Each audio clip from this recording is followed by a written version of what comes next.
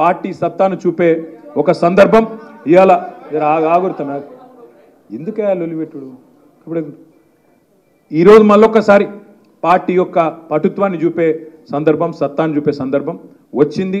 దయచేసి సీరియస్గా తీసుకుందాం, ఎక్కడో అక్కడ సీరియస్ తీసుకుందాం.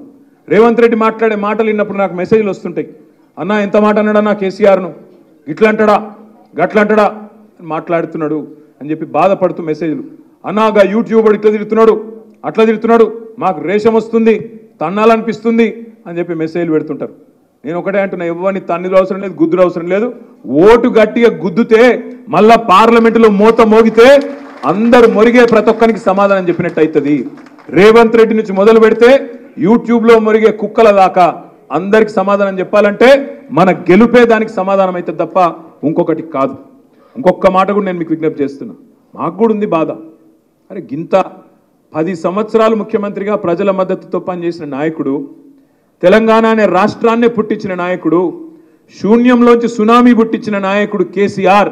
అట్లాంటి కేసీఆర్ను పట్టుకొని నోటికొచ్చిన మాటలు మాట్లాడుతుంటే మీకెంత బాధ ఉందో నాకు కూడా అంతే బాధ ఉంది.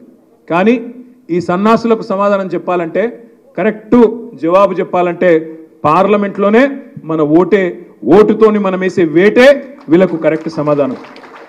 బాధ ఉంది, మాటలు వింటుంటే రక్తం మరుగుతుంది. అప్పుడప్పుడు రేవంత్ రెడ్డి మాట్లాడతాడు, నా కొడకల్లారా మాట ముఖ్యమంత్రి, నా కొడకల్లారా చూసుకుంటా, మెడల పేగులేసుకుంటా, కడుపు దించుతా, పేగులు తీసి మెడలేసుకుంటా అంటాడు.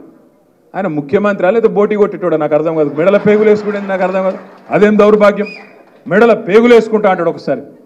ఇంకొకసారి ఏమో సెక్రటేరియట్కి వచ్చిండు, వచ్చి ఏమంటాడు, ఈడ లంకె బిందెలు ఉంటాయి అనుకున్నా, లంకె బిందెలు లేవు, ఖాళీ కుండలు ఉన్నాయి అన్నారు. అయ్యా రేవంత్ రెడ్డి గారు, అక్కడ ఖాళీ కుండలేవు కానీ హైదరాబాద్ నిండా ఖాళీ కుండలే ఉన్నాయి, నీళ్లు చక్కగా వస్తలేవు, దాని సంగతి ఏందో చూడు.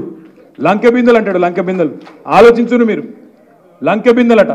ఎవడెత్తుతాడో లంకె బిందెల కోసం? పచ్చి దొంగలు, గడపారలు పట్టుకొని తటపారలు పట్టుకొని నెత్తి మీద బట్టగప్పుకొని అర్ధరాత్రి చీకట్లో తిరిగేది ఎవడు? దొంగలు. పాడువాడ గుడ్ల చుట్టూ పాడువాడ గడిల చుట్టూ తిరిగేది దొంగలు. ఈయన ఏం చేసిండో గతంలో నాకు తెలియదు, తెలుగుదేశంలో ఏం చేసిండో ఈయన నాకు తెలియదు. మా మల్లన్నకే బాగా దోస్తాను, నాకు తెలియదు పెద్ద. నేను ఎందుకంటున్నా అంటే, నువ్వే చెప్పినావు మరి, నేను చెప్పాను పాత దోస్తాను. నేను ఎందుకంటున్నా అంటే ఇదివరకు ఏం చేస్తున్నాడో తెలియదు కానీ అన్ని గిసోంటి మాటలే ఉన్నాయి. ఇంకో మాట అంటాడు, మొన్న జేబుల కత్తెర పెట్టుకొని తిరుగుతున్నా అంటాడు.